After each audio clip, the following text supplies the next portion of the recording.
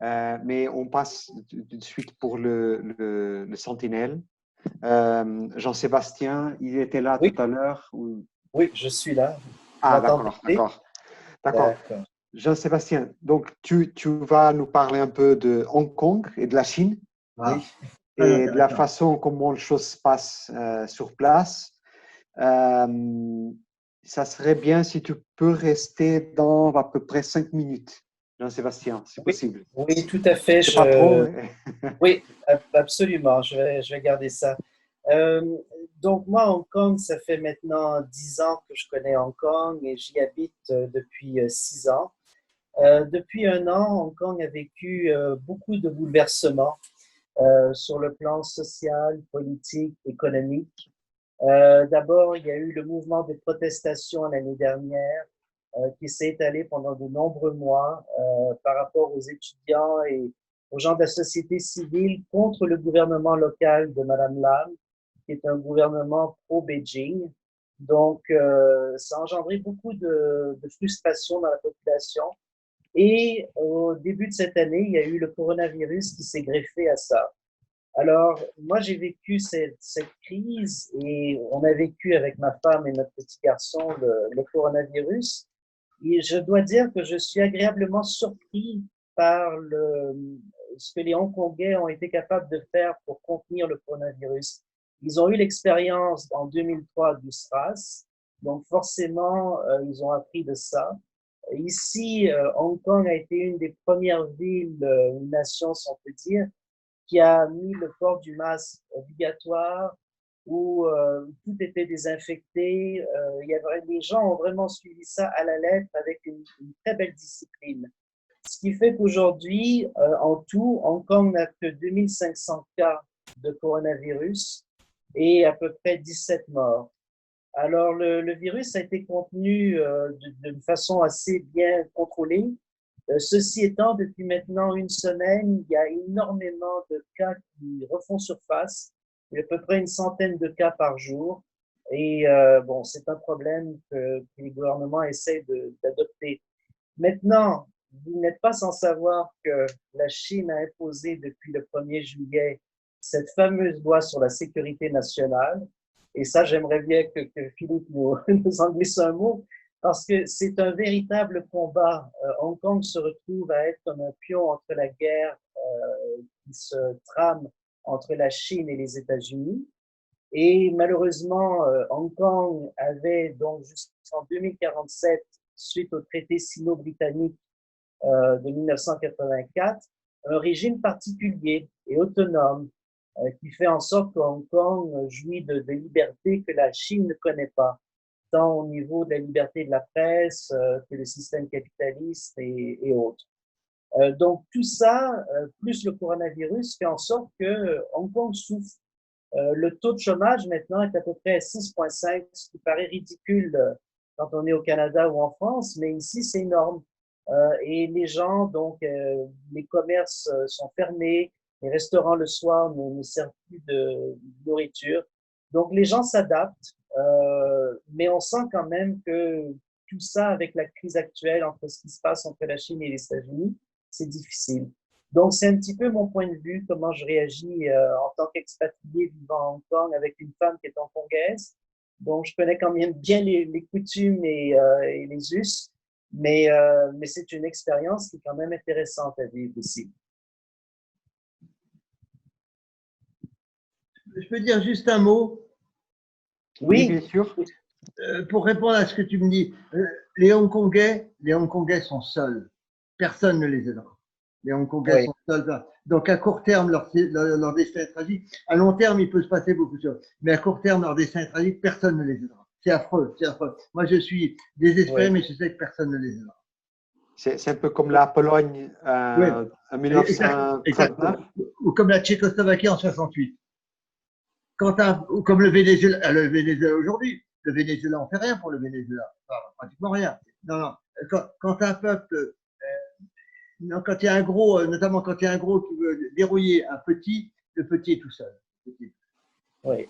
La lâche. Et c'est Eh oui, d'autant eh oui, eh oui, eh oui. C'est d'autant plus vrai, Philippe, que ce qui se passe ici, c'est que tout le monde se renvoie la balle. Alors Bien les sûr, gens disent, mais oui, bien mais la sûr. Chine ne respecte pas le traité. Après ça, les Britanniques disent, ah, mais nous, on le respecte. Alors, c'est très Mais difficile de exactement, savoir faire quoi. exactement. Et la Chine veut se venger. La Chine veut se venger. Hong Kong, c'est la défaite des guerres de l'opium. Hong Kong, c'est la défaite des guerres de l'opium. Oui, Donc, elle veut faire payer l'Occident. oui, C'est triste, c'est très triste. oui, malheureusement. C'est à pleurer. Je suis désolé de dire ça. Je suis désolé. Non, mais on le ressent, et beaucoup d'Hongkongais sont contre ce qui se passe, contre le gouvernement local qui est dirigé par Beijing, et ça se voit, ça se sent. Et il y a une érosion des libertés qui commence à se faire sentir de plus en plus, malheureusement. C'est affreux. C'est affreux ce qui se passe. C'est affreux. Oui, C'est à pleurer, à pleurer. J'arrête. voilà. Donc, je pense que j'ai fait 105 minutes. S'il y a des Oui, questions, Jean-Sébastien, parfait. Mais je te remercie. Et en plus, on a aussi pu entendre Philippe. Ça, c'était parfait. Merci beaucoup. On passe à l'autre partie du Pacifique, là où ils sont le nouveau grand ennemi de Chinois, des États-Unis. Jean-Charles, tu es là? Oui, je suis là, Oui, je suis tu es là. là. J'espère que vous m'entendez bien? Oui, parfaitement. Super. Si tu peux aussi garder le 5 minutes, ça serait parfait, Jean-Charles. Je vais garder les 5 minutes. Tout d'abord, bonjour à tous. Ça me fait bien plaisir de vous voir. Donc, moi, je suis de la promo 97 et je vois qu'il y a Pierre Néner que je n'avais pas vu depuis longtemps. Ça me fait bien plaisir de te voir, Pierre. Et ça me fait bien plaisir de voir nos professeurs.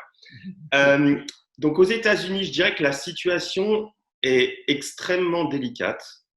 On vit 3 crises. La première crise, c'est la crise sanitaire avec le Covid. Il y a plus de, à hier, 4 millions de gens qui ont attrapé le Covid. Il y a environ 150 000 morts. Et je dirais que l'État américain n'a pas su gérer cette crise sanitaire. Un exemple concret, le 4 juillet, c'était la fête nationale aux États-Unis. 15 jours après, le délai qui est nécessaire pour attraper le Covid a explosé dans certains États, notamment la Californie, l'Arizona, le Texas, la Géorgie et la Floride. Et c'est absolument pas sous contrôle. Donc la première crise, c'est une crise sanitaire. La seconde crise, c'est ce que j'appelle une crise sociétale. Elle a commencé avec la mort de George Floyd. Donc c'était un Afro-américain qui a été, je dirais, maltraité par les policiers et il a été étouffé au bout de 8 minutes. Et depuis sa mort, on commence à voir aux États-Unis une séparation des points de vue. Donc par exemple, dans ma rue où j'habite, moi j'habite à Boston, il y a des gens dans leur jardin, ils ont mis Black Lives Matter and so on. Donc on voit vraiment une séparation. Certains Américains, leurs voisins, celui qui a mis Black Lives Matter, l'autre dit US or America Great Again, votez pour Trump. Donc la séparation au niveau sociétal est terrible aux États-Unis, ce qui est la seconde crise. Et la dernière, je dirais que c'est une crise économique. À fin février, il y avait un peu moins de 4% de chômeurs aux États-Unis. Et moi, je travaille dans le life science, je travaille pour Merck, une société allemande, mais ça fait 10 ans que je vis aux États-Unis. Pour recruter, il nous fallait entre 6 et 9 mois. Donc ça, c'était à fin février. À fin mai, on est passé de 4% de taux de chômage à 15%. Et il y a eu énormément de petits jobs, que ce soit dans la restauration, les loisirs, les services, qui ont disparu. Et cela en addition du fait que, contrairement à des pays européens où il y a une protection sociale, la protection sociale aux États-Unis est très, très limitée. Donc, on commence à voir beaucoup de gens dans la rue à demander de l'argent, avec des panneaux pour juste demander de la nourriture, etc. Donc là, je dirais que la crise via le coronavirus a été extrêmement, extrêmement importante. Donc, ça ajoute à la crise sanitaire, la crise sociétale et la crise économique. Je voudrais rebondir sur ce que Philippe a dit sur les États-Unis rapidement. Les US se tournent vers eux-mêmes de façon dramatique. Et je dirais que la population n'est pas du tout en accord avec Donald Trump. Donc, moi, être aux États-Unis, c'est assez intéressant. Tout le monde est contre le fait, ou la majorité des Américains sont contre le fait que les États-Unis sont partis de l'OMS. Cela étant, Trump continue à avoir une politique individualiste dans le sens où maintenant, donc il a voté ses aides publiques de 2 milliards.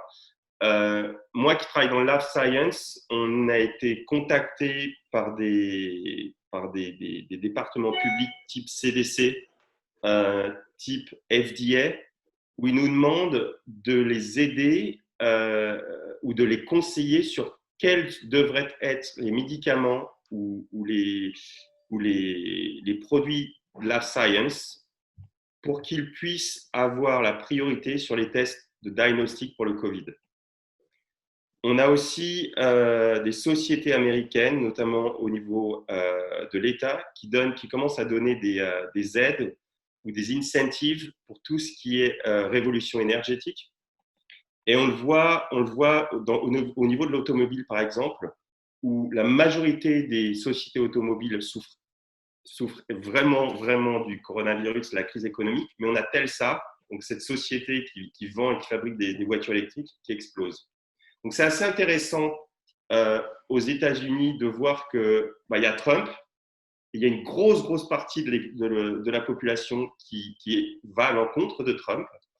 Il est intéressant de voir qu'on a ces 3 crises, sanitaire, sociale et économique. Et il est aussi intéressant de voir que les États-Unis se referment sur eux-mêmes, mais à côté, ils essayent d'opérer un changement au niveau énergétique. Et quand on est dans le pays, on le ressent énormément. Donc, je voulais juste rebondir sur le commentaire de Philippe qui disait qu'il y aura une révolution énergétique. Je pense qu'elle arrive. Je pense qu'elle arrive tout doucement, mais ça va venir. Et j'ai fait en 4 minutes 30. Non, alors, les 30 secondes qui restent. Et si Joe Biden est élu, qu'est-ce qui se passe? Je pense, alors, ce qui est intéressant, c'est que je pense qu'il va être élu. Les Américains ne sont pas, ils sont pas super enthousiastes d'avoir Joe Biden parce qu'il est pas très énergétique. Il est vieux. Mais je pense que ça sera plus un vote par défaut. Et si il est élu, je pense qu'il sera élu. Je pense que la révolution au niveau de l'énergie va continuer. Et je pense que la chance que les Américains vont essayer de saisir avec Joe Biden, c'est de se raligner ou de minimiser les différences dans le pays. Aujourd'hui, c'est juste incroyable. Donc moi, j'habite en région de Boston. Mon voisin d'en face, il a un panneau dans son jardin écrit Black Lives Matter. Et mon voisin de gauche, il a un drapeau américain et c'est America Great Again. Tout à fait. Si je peux me permettre, Marc, merci Jean-Charles pour ta présentation. Moi, je suis les États-Unis depuis 50 ans maintenant. Je partage ma vie entre la France et les États-Unis depuis 50 ans. Je partage complètement ton point de vue sur la crise sociétale. C'est la plus grande déception probablement que j'ai pu y avoir, de voir comment ce pays s'est fractionné et est devenu hostile les uns envers les autres, alors que c'était un pays qui était relativement uni avant. La question que je me pose, moi, c'est finalement, tu as dit très justement, l'État américain n'a pas su gérer cette crise, et je suis tout à fait d'accord. On a dit, on en parlera peut-être tout à l'heure quand on parlera de l'Allemagne, mais l'Allemagne a bien géré la crise, jusqu'à présent en tout cas, parce que c'est un État fédéral et que ça a été décentralisé, et que, etc., contrairement à certains États plus centralisés. Les États-Unis, qui sont aussi un État fédéral, visiblement, n'ont pas su mettre à profit ce fédéralisme, puisque leur gestion est… Alors, j'essaie de réconcilier un peu l'échec énorme des États-Unis dans le domaine de la gestion de cette crise sanitaire et le succès intéressant de l'Allemagne, alors que ce sont 2 États fédéraux et qu'on nous avait présenté à certains moments comme étant une solution. Peut-être que Philippe peut nous apporter une lumière. Le dernier point que je vais faire, c'est que je suis d'accord avec toi qu'une grande partie des États-Unis aujourd'hui, les Américains vont à l'encontre de Trump, mais c'est un phénomène relativement nouveau quand même, parce qu'il y a encore quelques mois, je dirais, ou quelques moi, des gens très sensés et très instruits, très éduqués, étaient tout à fait derrière Trump, qui avait baissé les impôts, qui avait fait que leur vie était beaucoup plus agréable. Et dans le conseil d'administration dans lequel je suis, les gens me disaient tout simplement, oui, le personnage est affreux, mais sa politique est tout à fait intéressante, parce qu'ils en prenaient beaucoup. Donc c'est quand même assez récent avec l'échec de la politique vis-à-vis de la crise sanitaire qui a quand même déclenché ce mouvement où là, il perd pied complètement et où il s'est complètement ridiculisé, bien sûr. Tout à fait, oui. Je pense que le changement s'est opéré en février-mars, quand le taux de chômage a explosé. Jusqu'à fin février, avec un taux de chômage de 4%, tout le monde pensait qu'il serait réélu dans un fauteuil. Tout à fait. Et ça a complètement changé, donc il y a 4 mois de ça. Sur les États, je pense que la grosse différence aux États-Unis, c'est que les gouverneurs dans chaque État ont énormément de pouvoir. Donc, par exemple, en Floride, c'est un gouverneur qui est républicain, donc proche de Trump. Il a réouvert très rapidement parce qu'il voulait relancer l'économie et maintenant le Covid explose. Il pense refermer l'État. Alors que moi, dans le Massachusetts, c'est aussi un gouverneur républicain, donc de droite, mais qui était beaucoup plus attentionné sur toutes les tendances au niveau des nombres de malades, etc. Et dans le Massachusetts, ça marche plutôt pas mal. Mais je pense que la différence avec l'Allemagne, c'est que les gouverneurs ont énormément de pouvoir. Numéro 1. Numéro 2, il n'y a pas du tout d'harmonisation au niveau législatif par État. Par exemple, mon gouverneur, si je quitte le Massachusetts, je peux rentrer, je n'ai pas de problème. Si je suis dans le Connecticut et si je viens de certains États, notamment la Floride et la Géorgie, on ne peut pas rentrer. Donc, il n'y a aucune harmonisation des règles aux États-Unis. Pour moi, c'est le plus gros bazar que je n'ai connu sur les 10 dernières années. Il n'y a rien. Et il y a une, merci Jean-Marc. Il y a une politisation très forte aussi, c'est-à-dire que si le gouverneur est démocrate, c'est l'opposition avec le pouvoir. Exactement. C'est très politisé. Merci Marc. Merci. Nous avons Bob. Donc Allô, je peux poser une question, si tu me permets? C'est possible? D'accord. Je la pose à Jean-Charles, mais également à Philippe Moreau-Desfarges. Bonjour, je suis Merette, promotion 2005. Ça fait 2 fois que vous citez le retrait des États-Unis de l'OMS. Une question un peu provocante, mais ce n'est pas le but. Sincèrement, à quoi sert cette organisation qui est beaucoup ou largement financée par des dons privés, y compris pharmaceutiques, et en quoi est-ce un problème que les États-Unis quittent l'OMS? Merette, je préfère qu'on laisse cette question pour la table ronde.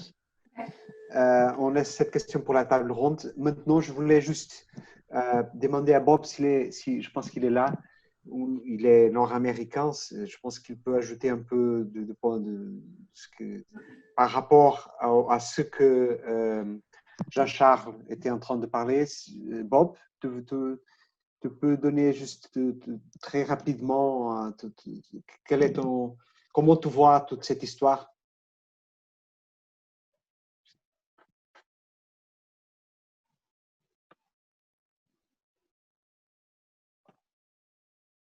Je n'arrive pas à voir Bob. Attendez. Ah oui, il est là. I am here. Okay. Hello. Bonjour. Bonjour.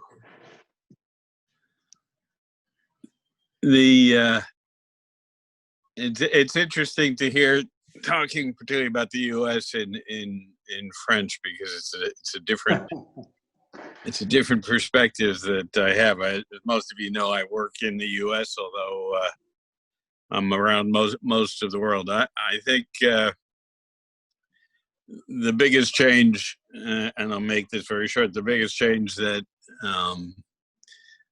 we are currently experiencing is the total lack of reliability of the news. And everything from fake news to real news is something that is become extremely troubling for both us in the business world, others who are not in the business world. And, I scan about 4 or 5 hours a day, the internet, and trying to figure out what's going on. And by noon, every day I come to the conclusion that I have no idea what's happened the day before and which information I should believe.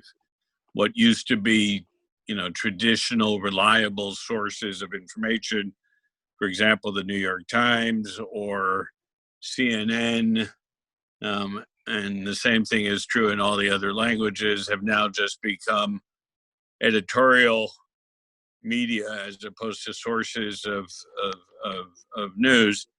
The result of all this is that I think the public, regardless of whether you are a formally educated MBA from Sciences Po or you have no formal education, the public has lost total trust in the media. Obviously, it's lost trust in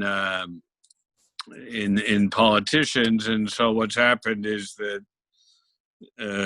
people are relying on the community for information largely through social media, which all of you know has not also proven to be overly reliable in terms of a source of information. Consequence of all that is I think we probably have, regardless of the outcome of the U.S. presidential election, I think we've got at least 3 or 4 more years of uncertainty, geographic and social tension going on. But since I'm an optimist and I want all of you to come to my house again for a cocktail party, you can plan on 3 years. I think things will be stable by then. But I think we've got some tough times going in, and my crystal ball tells me it'll get worse before it gets better. That's a view from my place here in Paris. Thank you. Thank you very much, Bob. D'accord, merci beaucoup. On passe merci à tous. On pourrait rester ici à discuter les États-Unis tout le reste du temps, mais il faut continuer. Ibitsem, qui est au Canada, il est là aussi. Elle est là. Elle est là. C'est moi. OK, sorry. Pas de Hello. problème. Hello. Je parle français aussi. En français, OK. Betty, si tu peux donner ton témoignage en 4 minutes, ça serait parfait. Oui, il n'y a pas de souci. Très bien. Ça devrait le faire. Donc, ça tombe très bien que je parle, donc que j'intervienne après les USA. Donc, le Canada est justement très dépendant de l'économie américaine. Et c'est le premier client, c'est le premier fournisseur. Donc, les États-Unis sont le premier client et le premier fournisseur du Canada. Et quand je parle de premier client et premier fournisseur, c'est à hauteur de plus de 50%. Et aujourd'hui, il y a une crise sanitaire, certes, une crise économique, mais aussi une confiance dans les dirigeants politiques et une union nationale pour un pays qui est très, très, très décentralisé avec 10 provinces. Donc, c'est quelque chose qui est exceptionnel, c'est une situation exceptionnelle et on voit très bien une union nationale et une très grande collaboration au niveau national. Donc, d'un point de vue sanitaire, même si, certes, ça a été pris en charge d'une manière, je dirais, plus impactante au Canada qu'aux États-Unis, on a quand même 9000 décès pour une population de 38 millions d'habitants. On a 113 000 cas positifs. Il y a eu une décision de mettre la majorité des provinces en état d'urgence sanitaire, ce qui a permis justement de pouvoir alléger les process d'approvisionnement et notamment les appels d'offres quand il s'agissait justement de matériel médical, de tests, et aussi de pouvoir faire passer des lois qui sont considérées comme liberticides, des lois liées au confinement. Et donc, on est en phase 2, phase 3 de déconfinement. Je trouve que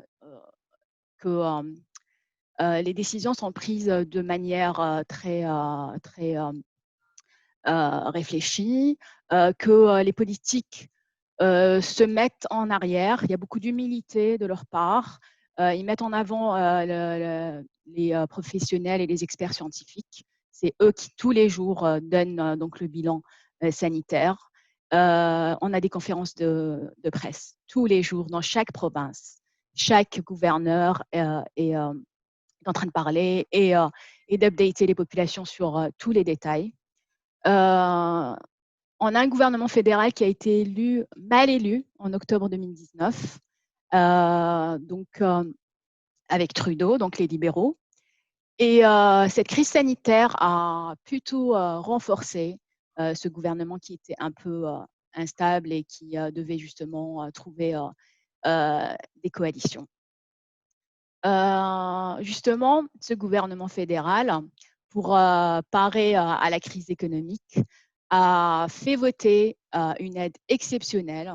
Donc, peut-être que les chiffres ne sont pas très grands par rapport aux États-Unis ou l'Europe, mais pour le Canada, c'est énorme. C'est 260 milliards de dollars canadiens qui ont été votés. À peu près la moitié en soutien aux travailleurs et la moitié en soutien aux entreprises, avec une prestation d'urgence pour les gens qui ont perdu leur travail suite au Covid, des subventions salariales, des impôts différés, des garanties de prêts, des crédits aux entreprises et à moindre mesure une aide au secteur agricole. Le PIB, cependant, est en recul de 8% et il y a une projection d'ici la fin de l'année à moins 7%. L'endettement public est au sommet. Bon, ce n'est pas l'endettement français, c'est 39% du PIB, mais c'est beaucoup pour le Canada, même si on a connu un niveau équivalent dans les années 90. L'économie canadienne est à 2/3 tertiaire. Et cependant, c'est aussi une économie qui a à peu près 11% du PIB lié à tout ce qui est énergie. Et bon, la crise pétrolière a été, on va dire, accélérée et avec le Covid, mais c'était déjà engagé.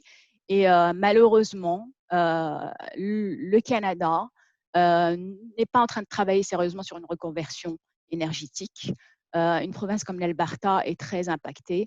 Et pour l'instant, d'un point de vue idéologique, ils ne pensent pas à reconvertir cette province. Les deux provinces les plus touchées, on va dire, économiquement et sanitairement, c'est le Québec et l'Ontario. C'est les provinces les plus peuplées. C'est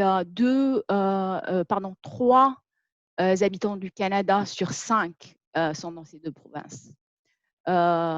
Et d'ailleurs, il y a un retour à l'activité économique, un retour d'espoir, une petite relance qui s'opère ces dernières semaines, sauf pour l'Ontario qui est encore en déficit d'emploi. Le taux de chômage est à 10%, ce qui est exceptionnel parce que le taux de chômage au Canada, c'est plutôt aux alentours de 5%. On n'est pas au plein emploi, mais c'est quand même un taux de chômage qui est relativement bas. Voilà ce que j'ai à dire et si vous avez des questions, elles sont les bienvenues.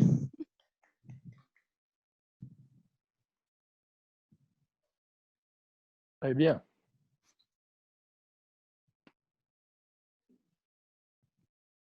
Excusez-moi, j'avais mon mic off. Mais merci beaucoup, Betty. J'avais une question, Betty, moi. Oui. Oui.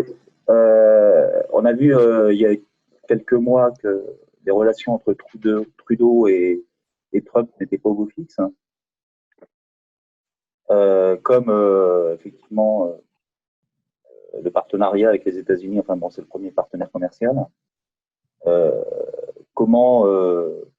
Quel est l'impact là aujourd'hui avec la crise de Covid en plus entre les relations et les échanges commerciaux entre les États-Unis et le Canada? Ce différend existe depuis toujours. Ça concerne plutôt 5% des échanges entre les deux pays. Je pense que c'est un désaccord superficiel et que ce n'est pas vraiment une mésentente profonde. La coopération est toujours là. Les États-Unis sont en train de mettre la pression pour la réouverture des frontières. Les frontières étaient fermées pour les personnes, mais bien sûr pour les marchandises, elles ont continué. Donc, il n'y a jamais eu de coup d'arrêt à l'échange entre le Canada et les États-Unis. Je ne sais pas si ça répond à la question. Oui, absolument. Hein. C'était pour savoir si ils avaient fermé les frontières ou pas. Effectivement. Ils ont fermé les frontières, mais seulement pour les personnes. Seulement pour les personnes, pas pour les échanges. Et les États-Unis veulent qu'on les réouvre aussi pour les personnes. Mais pour l'instant, le gouvernement Trudeau essaie de tenir, je ne sais pas combien de temps. Moi, je suis dans le Massachusetts, si je peux me permettre. Donc, il y a tous les États du Nord, le Maine, le New Hampshire, etc. Ils continuent au niveau commercial, les échanges se font toujours, ouais. Oui. Juste une question pour Betty. L'indépendantisme québécois, il en est où? Est-ce que le coronavirus a un effet sur ce mouvement indépendantiste québécois? Je pense que s'il y a un effet, il serait plutôt négatif, parce que le Québec n'est pas, enfin, les Québécois ne sont pas très contents des mesures prises par le Québec, et beaucoup d'aides justement viennent du gouvernement fédéral. Donc, ils ne peuvent pas se tirer une balle dans le pied. Merci beaucoup. Ok, merci à tous. Merci Betty. Une fois. On passe maintenant pour Lutz, qui est je pense qu'à Cayenne, en Guyane. Ouais. Avec son toucan. Non, je ne suis pas à Cayenne, je suis à Kourou. À l'hôtel de Roche. Il n'est pas au bagne. Ça, c'est un drapeau qui vient de l'hôtel de Roche, bien vu. Par contre, je l'ai mis sur ma terrasse. Donc, je suis pas l'hôtel de Roche. Ok. Mais voilà. Quand je vais à Kourou, je reste normalement à l'hôtel de Roche, et ça s'est passé cette année en janvier, avant le Covid. Très bien, bien vu. Tu es un des rares personnes qui reconnaissent. C'est une sorte de, pas un vrai drapeau, hein. C'est un paréo, je dirais, quelque chose comme ça. Donc, je mis sur ma terrasse et voilà. Donc oui, si vous voulez, je vous donne juste un petit retour sur l'actualité de la Nouvelle-Guyane. Très rapidement, si possible. Très rapidement. Je vais essayer d'être très rapide. Alors, voilà des crises qui ont été citées là tout à l'heure. De Jean-Charles, par exemple, on a les mêmes crises ici. Donc, la crise sanitaire, juste pour vous donner quelques chiffres, il faut les traduire pour la taille de la Guyane. On est 280 000 personnes à peu près en Guyane, et donc on a cas avérés, il y avait 7 500 à peu près. Hein. Le chiffre près, hein, si vous voulez, hein, c'est que grosso modo, on a à dire quand même 36 décès à peu près. Et donc tout ça se traduit sur le monde spatial dans lequel moi je suis actif. Un décès, et on a aussi quand même autour de 50 cas avérés aussi sur le centre spatial qui comprend 1700 personnes. Donc cette crise sanitaire, je dirais, nous on est en décalage complet du monde métropolitain, je dirais. Dès qu'il y avait le déconfinement en Europe, où la dernière fois qu'on s'est vu ici, c'était relativement calme au niveau de la crise sanitaire. Là, c'est vraiment décollé tout de suite, avec les vols qui sont devenus plus nombreux. Pas tous les vols ont été restitués, mais on a eu des vols. On a eu le problème avec le Brésil, qui faisait une politique chaotique totale au niveau de cette crise. Donc, ça n'a pas loupé que la Guyane est très, très touchée par cette crise. Bon, par la suite, la crise sociale et politique que vous connaissez, donc elle était déjà ici depuis des années. On a eu un mouvement social en 2017. Donc, peut-être certains d'entre vous l'ont entendu. Il y avait des gens qui ont mis du feu à la préfecture à Cayenne. Donc, voilà, ça va dans tous les sens aussi au niveau de la crise sociale et politique. Donc, le Premier ministre était là, mais bon, c'est peut-être plutôt un coup de théâtre que ça aide vraiment. Mais bon, je ne veux pas dire que ce n'est pas nécessaire qu'il vienne. pour calmer un peu le jeu, mais bon, est-ce que ça aide vraiment? C'est notre problème. Donc, j'ajoute le troisième point que l'a fait aussi Jean-Charles, c'est tout à fait parallèle, c'est la crise économique. Bon, pour ceux qui connaissent un peu le monde spatial, c'est la locomotive de l'économie guyanaise. Elle est aussi en crise au niveau de l'Europe. On n'est pas très cohérent entre nous, les différents partenaires en Europe. On a des grands concurrents, SpaceX aux États-Unis et le Jeff Bezos de l'Amazon également, qui lance de nouveaux lanceurs. SpaceX déjà bien établi, évidemment, qui nous font énormément concurrence. Voilà. Donc, tous les problèmes que vous avez, on est dans un microcosmos également en Guyane. Et comme il a dit Philippe tout à l'heure, c'est très difficile de voir la sortie de tout ça. Et je joins Bob, probablement le pire est encore devant nous, malheureusement. Mais je veux pas faire plus vite, mais plus long, mais parce que le temps presse. Mais il y a un souci qui me préoccupe un peu. Ici, il y a encore la bataille sur l'or. Je ne sais pas, on n'a jamais parlé beaucoup de ça. Et évidemment, il y a encore les ressources de l'or qui dorment un peu, je veux dire, sous la forêt amazonienne. Pour le moment, ce n'est pas encore sûr qu'on va l'exploiter ou pas. Mais l'opinion de Sciences Po, des spécialistes, moi je suis ingénieur génie chimique d'origine, hein, avec Sciences Po 2005, je ne l'ai pas dit. Mais quand même, il y a une notion au niveau de la valeur de l'or. Donc, est-ce qu'il est vraiment nécessaire d'exploiter la forêt amazonienne qui nous reste, qui est encore relativement bien intacte ici en Guyane, pour exploiter les dernières ressources de l'or? Et ça, ça ajoute encore à toutes les crises que je vous ai citées. Cette question. C'est une bonne question. Merci, Lutz. J'ai la réponse. J'ai la réponse. L'or sera exploité. L'or sera exploité. Oui, mais. C'est-à-dire, mais l'or sera exploité. Mais Philippe, ça peut être sur la surface, ça peut être au fond de l'océan aussi. Peut-être. Il y a. Pas nécessairement sur la surface. J'imagine les hommes raisonnables. Bravo, merci. Je vais devoir vous quitter. Hein. Je dois vous quitter. Merci beaucoup, Philippe. Merci, Philippe. À très bientôt. Merci. Merci, Philippe. Merci beaucoup. Nous espérons vous avoir avec nous de nouveau. Il n'y a pas de problème, c'est d'accord. Si oui, c'est OK. Bonne soirée, hein, bon courage. Merci, au revoir. Bon, Lutz, il parlait de la Guyane. Moi, je vais un peu parler du Brésil avant de continuer pour l'Europe. Je fais la substitution de la personne qui devrait parler du Brésil. Bon, j'essaierai d'être très rapide aussi.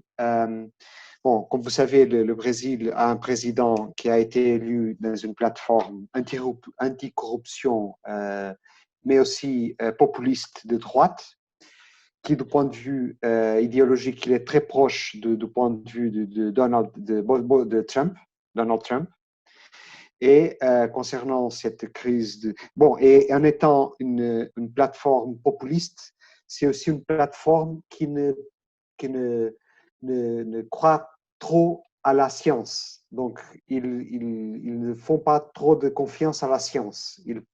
Il y a dans cette groupe de gens qui, par exemple, comme aux États-Unis d'ailleurs, pensent que l'évolution humaine a commencé avec Adam et Ève. Je ne sais pas comment on dit ça en français, mais que c'est pas qui sont des créationnistes et pas de gens qui croient dans la théorie de l'évolution. Donc, ça, c'est la base d'une énorme quantité de gens qui supportent ce gouvernement-là. Bon, après, il y a une réalité institutionnelle qui est à deux plans différents. C'est la réalité du plan fédéral et la réalité du plan des États fédérés. Et au niveau de fédéral, comme disait Lutz, c'est le chaos, c'est absolument chaotique. Même cette semaine, il y a eu même Bolsonaro, en étant infecté, il continue à se promener, à parler avec les gens sans masque. ce qui est très curieux. C'est criminel presque, je pense. Et au niveau des États fédérés, qui ont aussi, comme aux États-Unis, une très grande capacité d'autonomie, de décision, les réponses sont très variables. Mais les États les plus importants, comme par exemple São Paulo, ils ont eu une approche très prudente.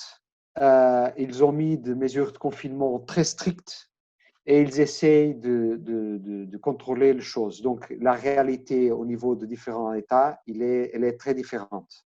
Au niveau du numéro, on parle d'un pays avec 210 millions d'habitants, avec à ce moment à peu près 2,3 millions d'infectés et à peu près 45 000 morts. Ça a un impact économique. Bon, là, après, il y a une tension aussi entre l'impact économique, l'impact sanitaire et l'impact en vies humaines. Et ça, pour les gens qui ont le risque de prendre d'autres maladies graves ou qui ont le risque d'être victimes pour des raisons criminelles, ces gens-là, ils ont la tendance, et en plus, qui vivent sur une économie qui est parallèle, qui n'est pas l'économie formelle. Pour ces gens-là, ce n'est pas la peine de faire de confinement. Ils veulent gagner sa vie. Et comme ils peuvent mourir par une attaque criminelle ou par une autre maladie, pour eux, le Covid, ce n'est pas grave. Et ce sont ces gens-là aussi qui supportent beaucoup Bolsonaro.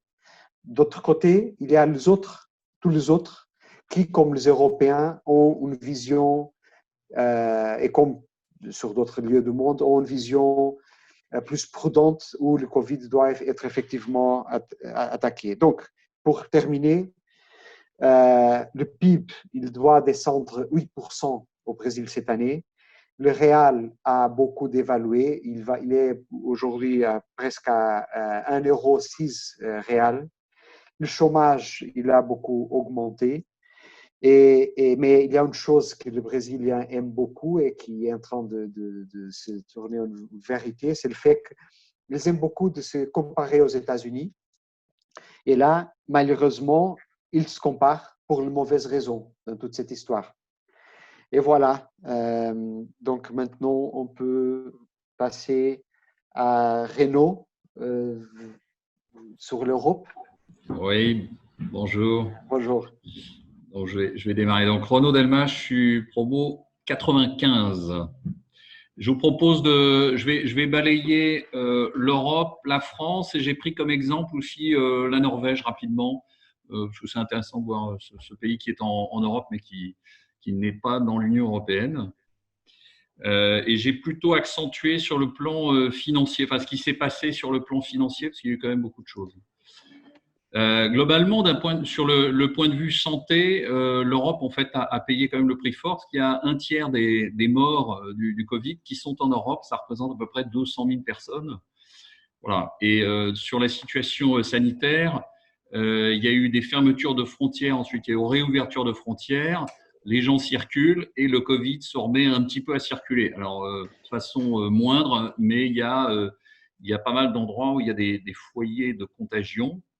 Cependant, je pense que tous les États maintenant ont pris leur marque sur la façon de traiter ça, et maintenant on voit des traitements locaux en fait de ce genre de problème. Voilà, je ne vais pas rentrer plus là-dessus, mais je pense que c'est quand même plus sous contrôle que sur certains d'autres pays dans le monde. Alors côté Europe, il y a eu une nouveauté puisqu'il y a eu un accord européen assez récent. Alors je vais rappeler quelques chiffres. Le produit intérieur de l'Europe, c'est 16 500 milliards, et il y a un budget qui par année à peu près représente 1% du produit de ce produit-là, donc c'est globalement 150 milliards. Et là, il y a eu, c'est une première, un accord pour lever des fonds qui vont être distribués soit sous forme de subventions pour la moitié, soit sous forme de prêts, à peu près, pour 750 milliards. sur 7 ans. Ce qui fait que ça fait, en fait, rapporté à l'année, ça réaugmente tous les ans le budget d'environ 70%. Voilà. Ça a été une négociation, je pense, assez politique, parce qu'il y avait des rapports de force entre les pays. Pour faire simple, il y a des opposants à cette politique de faire une sorte de dette commune qui est prise pour tout le monde, en fait, entre ceux qui sont dits des pays frugaux, donc c'est des pays qu'on pourrait qualifier de fourmis, hein, dans la fable de La Fontaine, pour ceux qui la connaissent, et c'est les pays du Nord plutôt, ou plutôt germanophones, les Pays-Bas, enfin germanophones, néerlandophones, les Pays-Bas, Autriche, Danemark, Suède, et en revanche les pays du Sud, donc plutôt latins, eux sont considérés comme des pays cigales, donc dépensiers, un peu les pays du farniente. La France rentre dedans, hein, c'est les pays du soleil, et il y avait une opposition entre les deux. Bon, finalement, la France et l'Allemagne se sont associés dans la négociation déjà depuis un certain temps, depuis plusieurs mois. Ça permet aussi de remettre l'ouvrage européen en route. Et donc, il y a eu une négociation, donc il y a eu des arbitrages, etc. Mais il y a vraiment une négociation politique avec des rapports de force qui ont été mis en œuvre. Le seul point qu'on ne sait pas très bien aujourd'hui, bon, il y a des idées, c'est comment ça va être financé. Et l'idée, globalement, c'est de faire du tiers payant.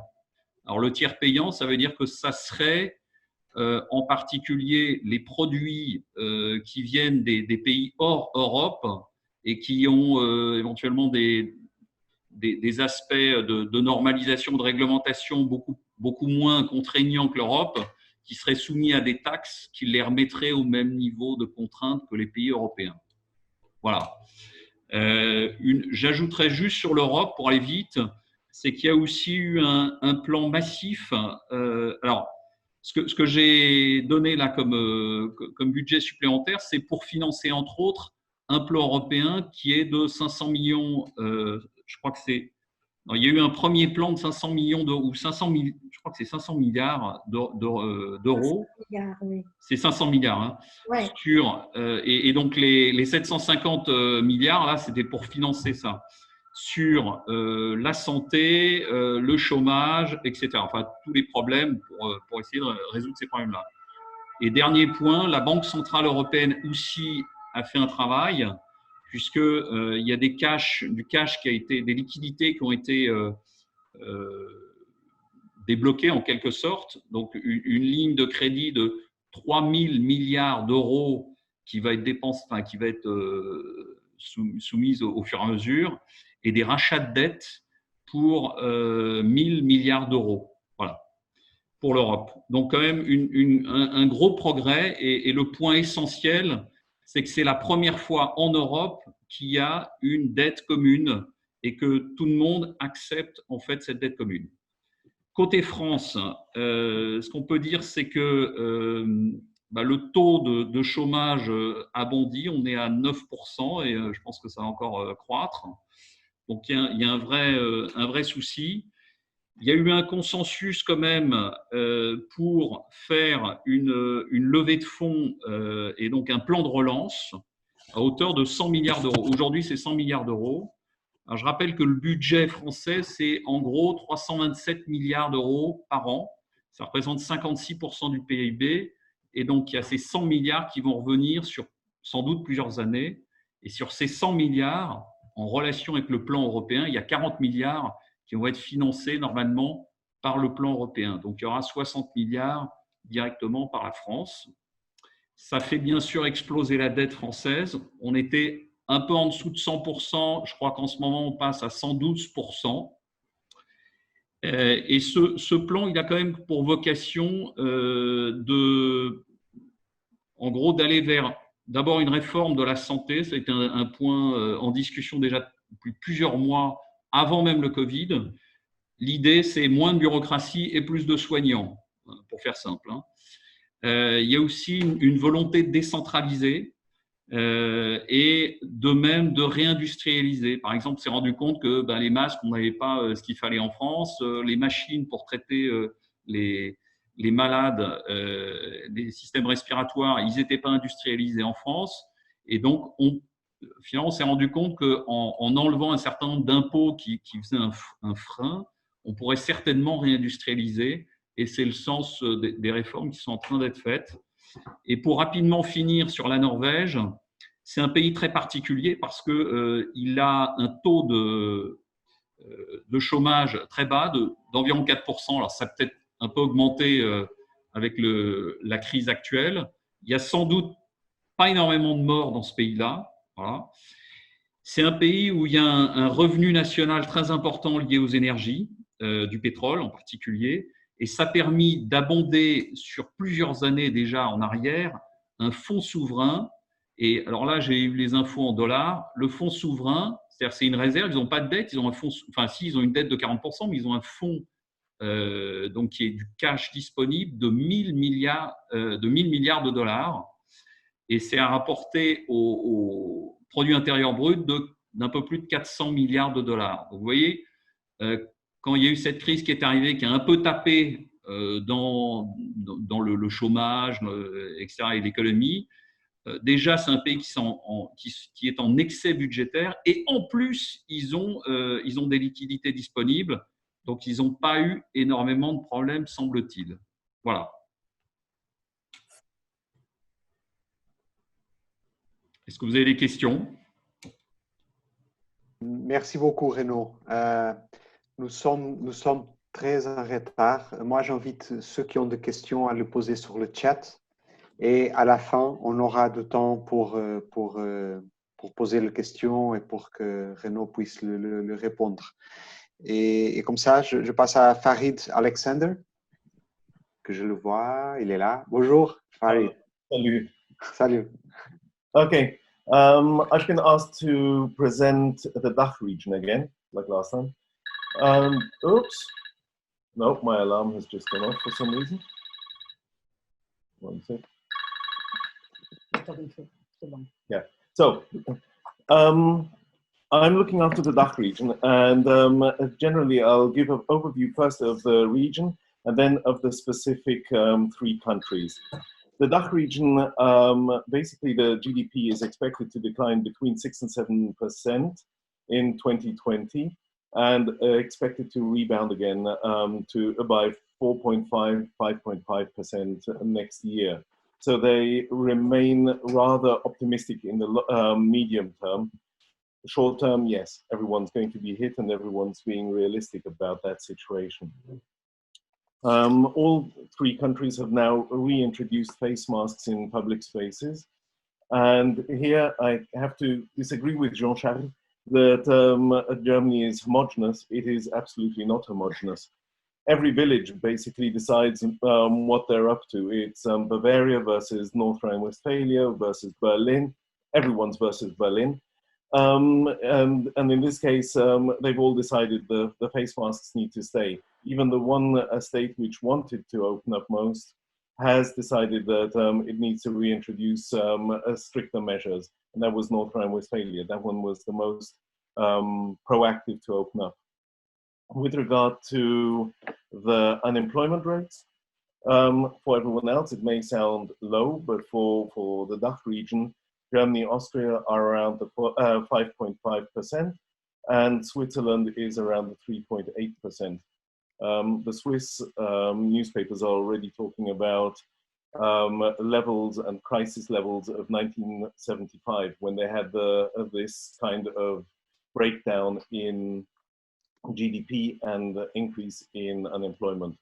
So for them, it's quite a huge event. On the other hand, everyone's staying sanguine. The other reason why I think that Germany, Switzerland have performed better than the US is not so much about the difference in structure, but more about the basic understanding of the market. And they have a more social market economy approach, especially Germany has always, even after the reforms of 2000, retained the social market approach to some extent, which the US doesn't have. So all of them have decided they're going to support the unemployed, try to retrain them out of sectors and support basically the recovery plan and the ideas of the European Union, namely a green economy and IT infrastructure improvements. Now, with regard to Austria, it's clearly had the greatest benefits out of the recovery plan from the three, because it got double the money that it really wanted or asked for. They've had to they did loosen the mask requirements in the middle of the crisis, but now they've noticed that it's not going to be able to continue like that. They've had increases in infections. So what they're doing now is to make sure that one of their sectors, which are important for the economy, continue, and that is tourism. They're going to test people working in hotels much more and focus on that segment, maybe even on people working in restaurants in future, just to make sure that any infections that may occur can be clamped down very quickly. What they're saying is they don't want another issue where they had the first round of infections. So they're cautious. They know that this is going to get worse before it gets better. On the other hand, they're trying to mitigate it wherever they can. With Germany, on the other hand, yes, they've benefited partially out of the recovery plan, but the significant benefit for them has been that the European Union, which is a strategic project which Germany wants to support and push on, is going to stay in place. The euro is going to remain as a viable currency too, and it's clearly going to support the green economy and the IT infrastructure, especially because of what was discussed earlier, hydrogen being such the new area for power. That is what Germany is supporting and what they also want to roll out as infrastructure across the country. COVID has highlighted a number of weaknesses in the system. Number one, coordination. The different states doing not quite the same thing and arguing a lot about it. Schools don't have proper IT resources and they don't have proper training for IT systems. The healthcare system, it worked last time around, but they're worried because when they had the peak, they noticed that telephone lines were overloaded, contact tracing was stretched a little bit, and if the second round comes and it's stronger, they don't have the facilities in place and the real reaction time will be longer. Bavaria, for example, is pushing for testing everyone and regularly, where the other German states are going, oh no, that costs too much. So you've got that discussion going on there too. With regard to the big figures that they're investing in the economy, they're very nice, but one of the papers that I've recently written and showed to Jean-Marc, which we might publish on LinkedIn, was the complaint that all the big numbers that the German government puts out, they don't trickle down into the economy that quickly. It's big companies benefit because they've got the power, but then small and medium-sized enterprises don't. So the funds don't arrive on time, they arrive late, they're difficult to access, and very many of the state governments don't even get access to the funds. Yeah, that was that. And then we've got Switzerland. Switzerland, well, basically they're takers. They are happy that the European Union continues, and that is one of their main objectives. They are happy that the euro continues because otherwise the Swiss franc would skyrocket and they would have a problem with exports. They know that the economy is going to be impacted and they're bracing for it. On the other hand, we've seen news now from companies like Novartis saying they want to introduce permanent home working, which is exactly this problem of changing the working patterns permanently, and has already been flagging up warning signals through UBS saying retail spaces, office, real estate are not going to be the best investment target for them. So we will see that in the future. Now, I haven't monitored the time because my alarm went off. So, Paolo, I don't know how I'm doing. Very well. Thank you very much. Thank you very much for it. So we are going now to the Netherlands, to Lien. Lien, are you there? Yes, I am. Hello.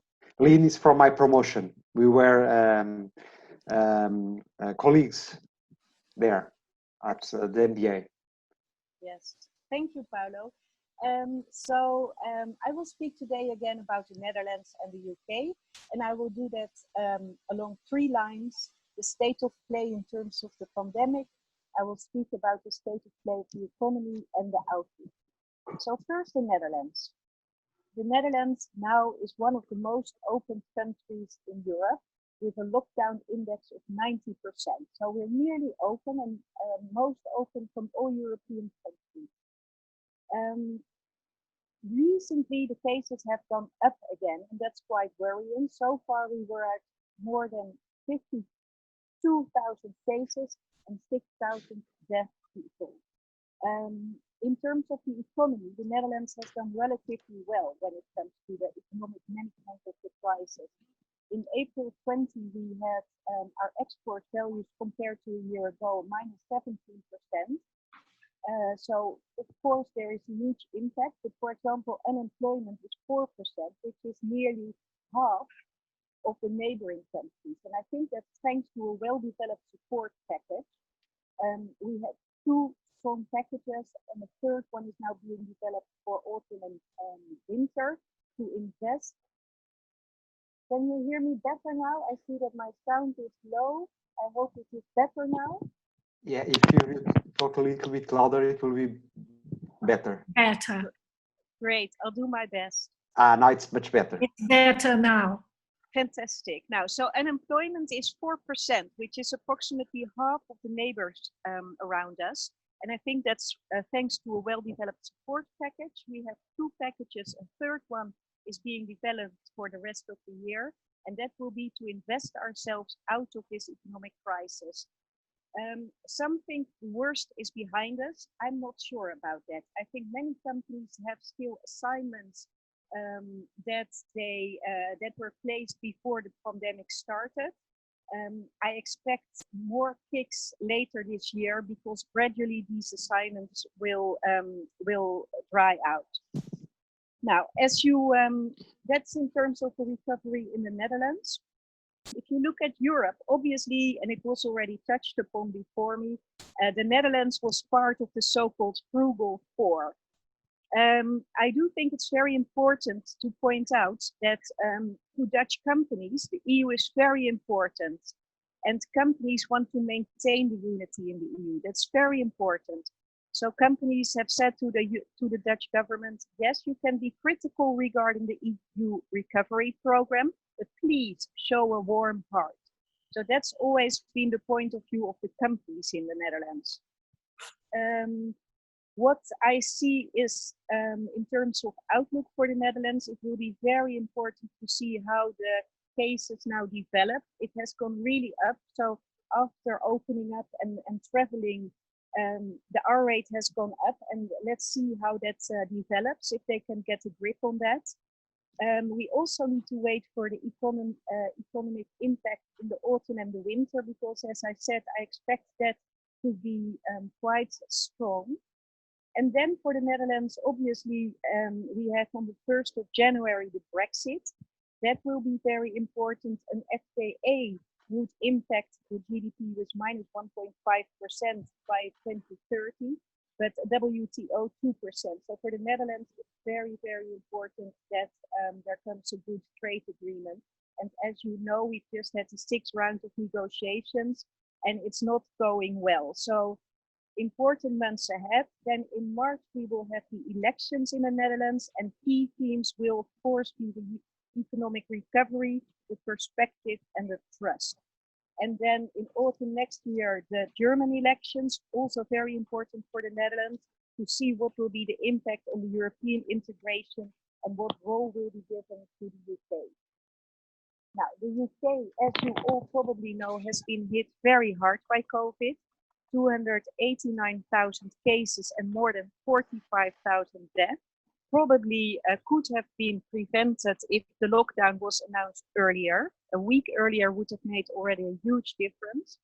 And compared to other European countries and the US, the UK is still very close, with a lockdown index of 62%. So despite unprecedented economic measures to support UK business and to mitigate the economic disruption caused by the coronavirus pandemic, the UK is likely to be one of the most hardest hit economy the OECD has warned. In April, exports were down 23% compared to last year, and the UK suffered 20.4% collapse in GDP. Due to the lockdown measures, of course. So the Britain economy is hit hard. It is likely to slump with 11.5% in 2020, and thereby outstripping falls in Germany, France, Spain, and Italy. And if there comes a second peak, the UK economy could contract as much as 14%. And why is the UK hit so hard? First of all, the whole COVID pandemic has hit hard, but also because the UK economy is 3/4 of services, and this is impacted a lot by COVID. So tourism, hospitality, etc. Now, if we look to the future, the US election has an impact, is important for the UK because the US-UK trade deal that they are working on is very important for the success of Brexit. So it will be important to see who wins. And then, of course, the UK has already left the EU, but the Brexit will be in place as of the 1st of January. That will impact the UK economy largely. It will be in FTA will be minus 5.9% and WTO 8.7%. So both cases, whatever the outcome, it will hit their economy. Now, to conclude, both for the Netherlands and the UK, there are very important months ahead to see how the corona pandemic will worsen or not, if there is a vaccine developed, and how this new relationship between the UK and the EU will look like. So, crucial months ahead for us. Thank you. Thank you. Thank you, Lynn. It's great to see you again. Thank you. Thank you. Okay, so now let's go from the Netherlands to Luxembourg, nearby with Merit. Hello. Hello. Bonjour. Voilà. Bonjour. Promo 2005 toujours. Oui. Donc j'ai encore moins de temps que les autres, j'imagine. Oui.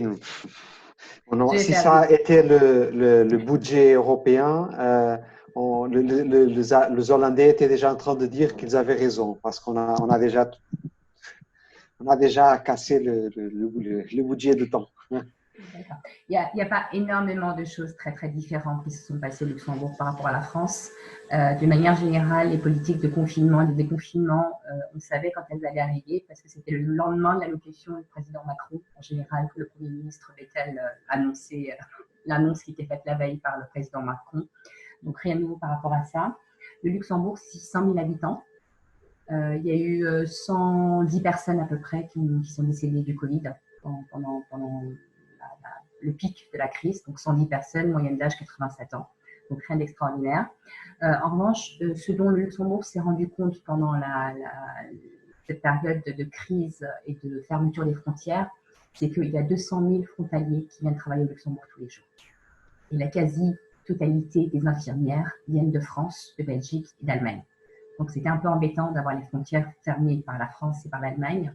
Donc le Luxembourg a dû pleurer auprès de ces deux États pour que les frontières restent ouvertes, sinon les hôpitaux allaient manquer d'infirmières. Voilà. Donc il y a une réalité quand même qui s'est mise en place à ce moment-là. Le Luxembourg a un côté un peu best in class parce qu'il teste massivement. Le Premier ministre disait il y a quelques jours que le Luxembourg teste 20 fois plus que la France et la Belgique. Du coup, si on teste plus, on a un peu plus de cas. Les cas, c'est une centaine par jour. C'est énorme pour le pays. Ils ont été mis sur une liste rouge, donc du coup, ils ne sont pas contents, alors qu'ils estiment quand même être en train de faire des efforts beaucoup plus importants qu'avec les pays voisins, mais que ça se retourne contre eux, parce qu'ils sont mis sur une liste orange. Et à côté de ça, ils ont aussi ce côté best in class qui consistait à distribuer 50 masques par personne, donc à l'ensemble des 600 000 habitants, plus y inclut les frontaliers. Au niveau des mesures mises en place pour le soutien de l'économie, rien de très différent par rapport à la France, soutien PME, chômage partiel, etc., qui seront maintenus jusqu'à la fin de l'année. Sur les 750 milliards dont parlait Renaud tout à l'heure, le Luxembourg aurait pu faire partie de ces pays qu'on appelle frugaux, parce que de toute façon, ils ne toucheront que 100 millions, ce qui est absolument ridicule. Sachant qu'à côté de ça, au mois d'avril, le Luxembourg a mis sur la table 10 milliards pour justement financer cette crise. 10 milliards, ce qui est quand même assez énorme, sachant que ça représente quand même 5% du PIB. Donc, ils étaient quand même en train de mettre sur la table le double du PIB prévu par l'Allemagne ou par la France ou enfin, les pays voisins. Avec ces 10 milliards, malgré tout, comme ils ont une gestion relativement saine des finances publiques, actuellement, ils sont à peu près à 25% du PIB. La dette publique représente 25% du PIB. Il faut savoir que le Luxembourg a une règle interne qui fixe le maximum de la dette publique en termes de PIB à 30%. Donc, on est très loin des 60% autorisés par l'Europe. Donc, ils n'ont pas d'inquiétude majeure d'un point de vue finances publiques, etc. Voilà. Je crois que c'est à peu près tout ce que je peux vous dire. Donc, ça reste quand même un pays qui s'en sort plutôt bien. Sachant aussi que la finance représente 30% du PIB. Et puis, c'est quand même une activité qui a perduré malgré la crise. Donc, voilà. Et au niveau du chômage, on était à peu près en dessous de 5%, mais actuellement à 7%. C'est énorme pour le pays, qui a une gestion tellement saine actuellement. Mais globalement, ça reste quand même un pays qui s'en sort plutôt très très bien par rapport à ses voisins. Voilà. Merci beaucoup, Meret, pour cet exposé. C'est effectivement un autre monde par rapport à la plupart de pays. Bon, maintenant, on passe pour merci beaucoup. On passe pour l'Espagne avec Myrène.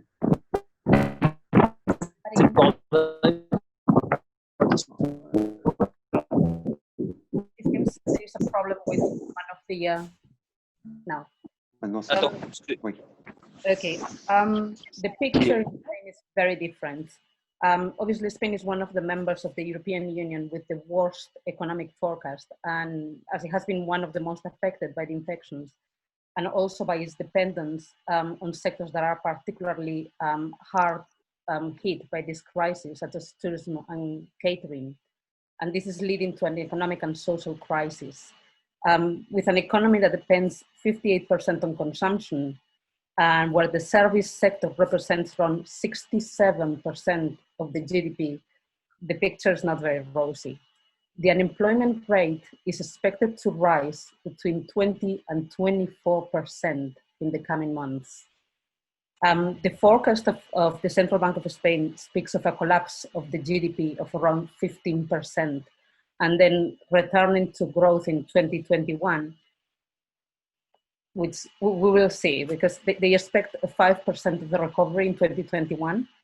But just to have an idea of the magnitude of the crisis, for example, the impact on credit card purchases, the average consumption has plummeted 49%, or the card registrations in Spain during the confinement has dropped 70%, 70%, if we compare it with the same months in the previous year. The measures that the government put in plan to alleviate the negative consequences of the crisis, they deployed already 100 billion, but this is only 7% of the GDP. If we look, like, for example, Germany put already 16% of their GDP helping the economy, or France even 20%. So clearly it's insufficient.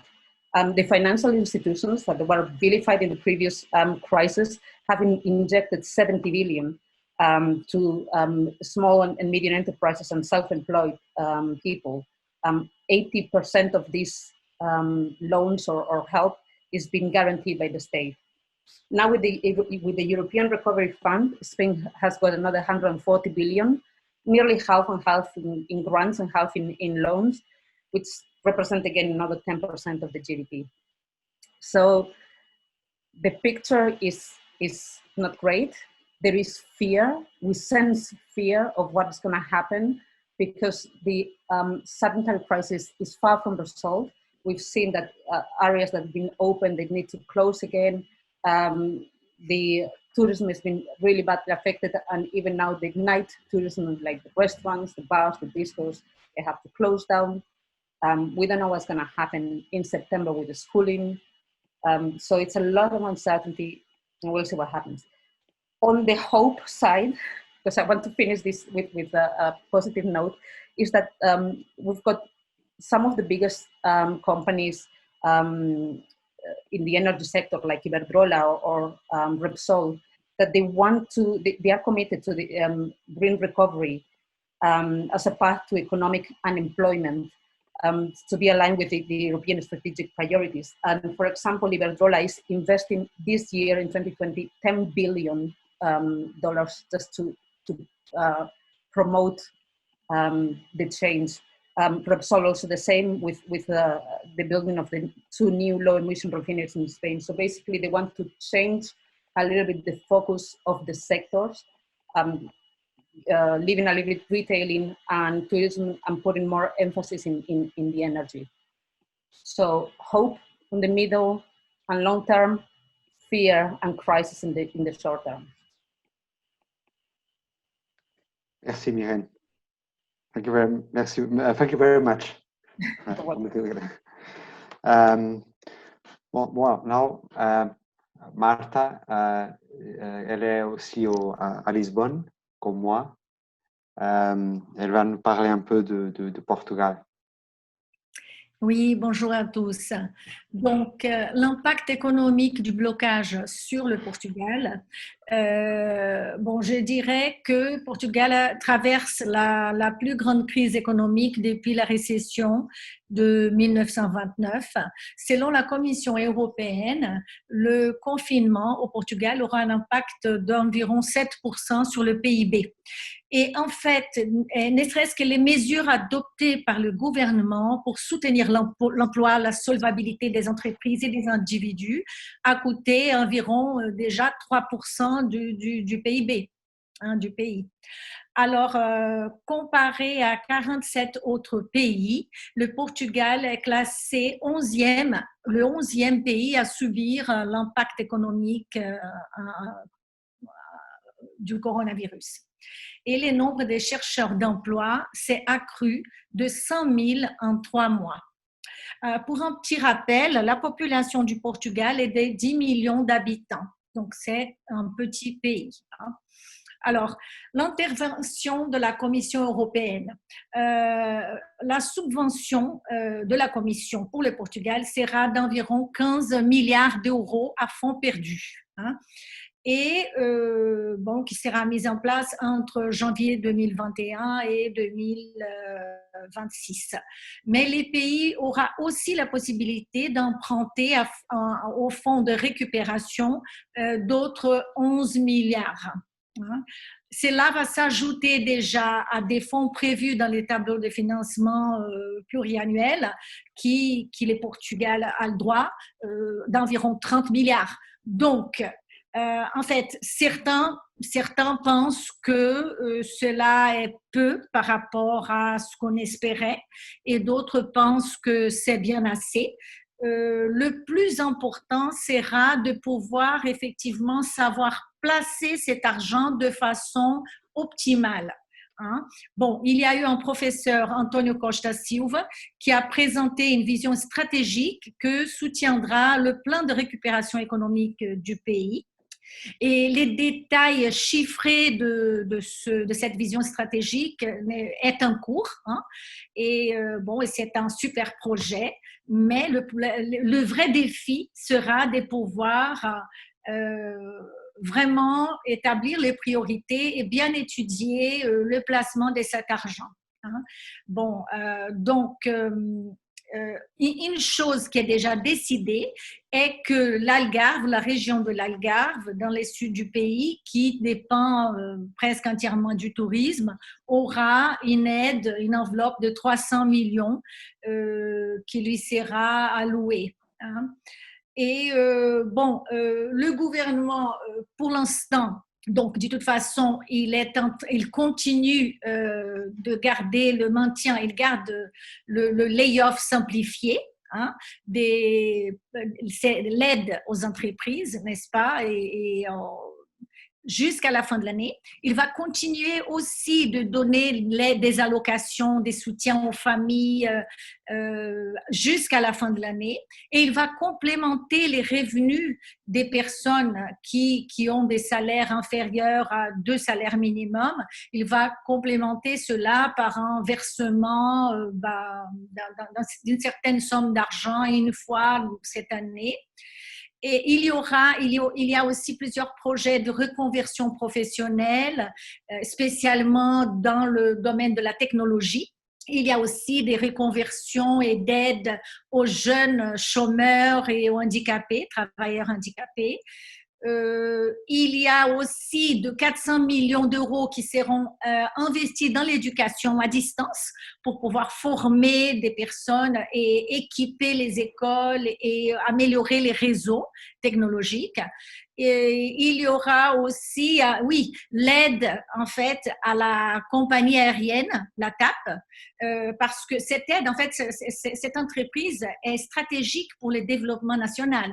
Et donc, le Portugal avait simplement 50% de part de cette entreprise. Et là, ils ont implémenté de l'argent dans l'entreprise et maintenant le Portugal, le pays, a 72,5% de cette compagnie aérienne, ce qui a sauvé la compagnie, mais évidemment ça a aussi suscité d'autres débats parce que la Ryanair, par exemple, qui est très présente au Portugal, conteste ces genres d'aides qui ne lui a pas été données. N'est-ce pas? Donc, le gouvernement va aussi aider le secteur de la culture avec 34 millions d'euros, les petites salles indépendantes et aussi pour équiper les grandes salles de spectacle. Il va soutenir le marché de l'habitation parce qu'on a plus besoin encore de logements sociaux vis-à-vis de l'appauvrissement de la population et des logements d'urgence. Il faudra aussi penser au réseau des chemins de fer et des trains à grande vitesse. Donc ça, c'est un autre débat. L'agrandissement de l'aéroport est un autre débat. Donc, il y a plusieurs choses en cours. Il y aura aussi une augmentation, une création de postes, de 2700 postes en plus pour les réseaux de la santé, pour les hôpitaux, n'est-ce pas? Et voilà. Et les projets innovateurs dans le domaine de la santé auront aussi 80 millions d'euros qui leur viendra en aide. Donc voilà, il y a une série de projets. Tout ça n'est pas encore tout à fait ficelé, mais voilà, tout ça est pour pouvoir pallier à cette crise, n'est-ce pas? Voilà. Merci beaucoup, Martha, pour cette excellente et exhaustive présentation. Moi, je n'arriverai à faire mieux. Sûrement, sûrement. Merci beaucoup. Bon, nous avons, il y a aussi Catherine Lutz, maintenant Catherine van der Horst à l'Afrique du Sud, qui a été aussi ma collègue au MBA dans l'année 2000. Elle ne peut pas être présente.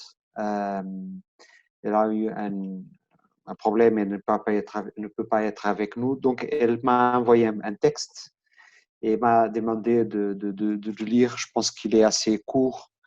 J'essaierai de le faire. Je pense que c'est important de le lire parce que ça sera le seul perspective du côté d'un continent entier, l'Afrique. Et l'Afrique du Sud, c'est un pays très, très important dans ce continent-là. Donc, je vais le lire. Je vais le lire.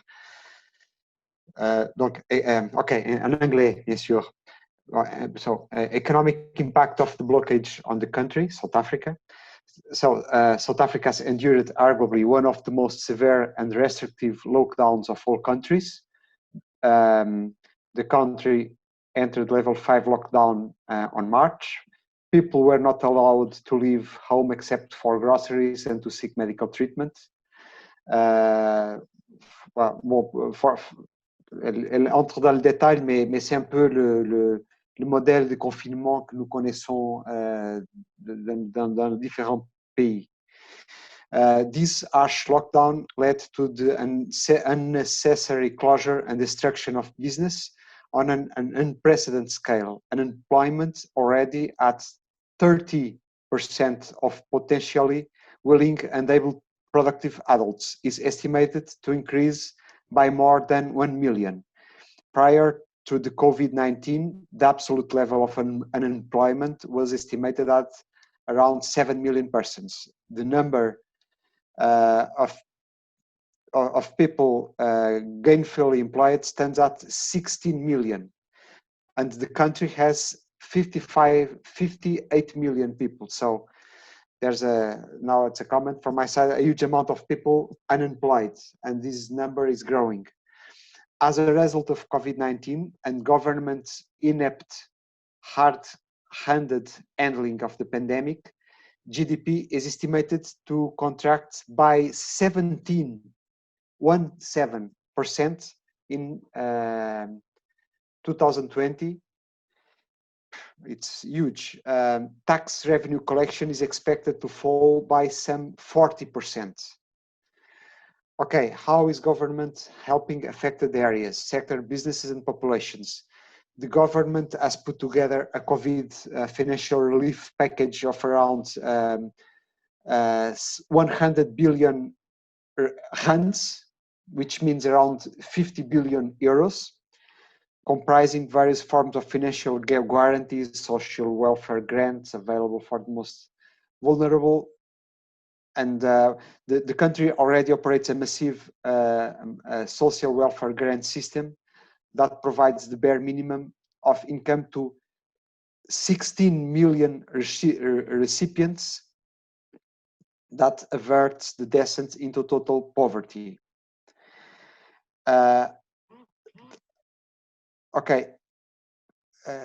Although the government's efforts are well intended, corruption and the lack of well-developed local municipal infrastructure means that aid and relief programs do not reach their intended recipients.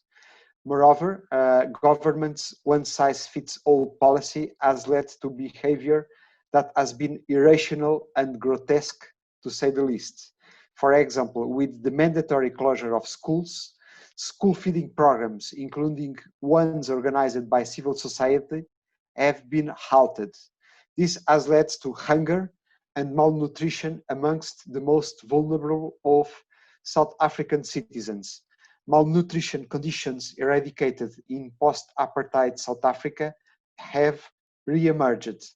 Thankfully, some of these misguided policy mistakes have been reversed. As for business, the wholesale banning of tobacco and alcohol sales on the basis of poor science and bad advice has led to a loss of much needed tax revenues and rapid growth in now illicit trade. South Africa does not have access to any meaningful forms of supranational aid. The government has applied to the IMF for the emergency financial assistance for a sum of around $4.2 billion, which means $70 per capita.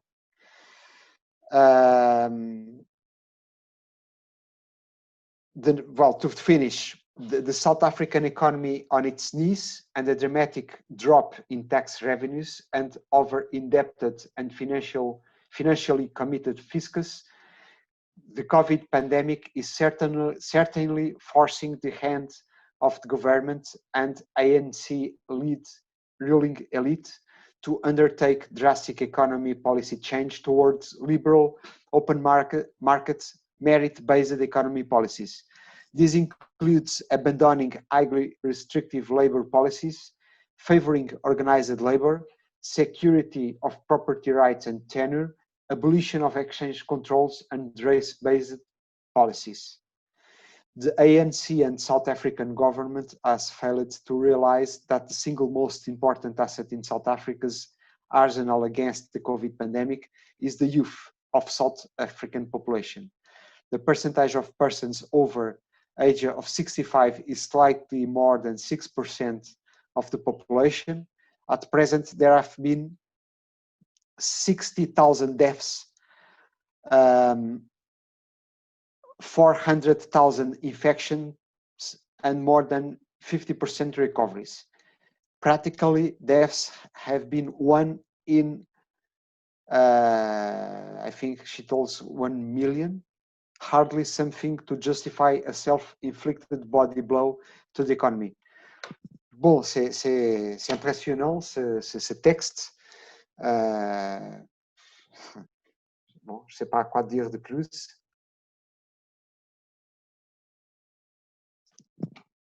C'est juste impressionnant. Bon.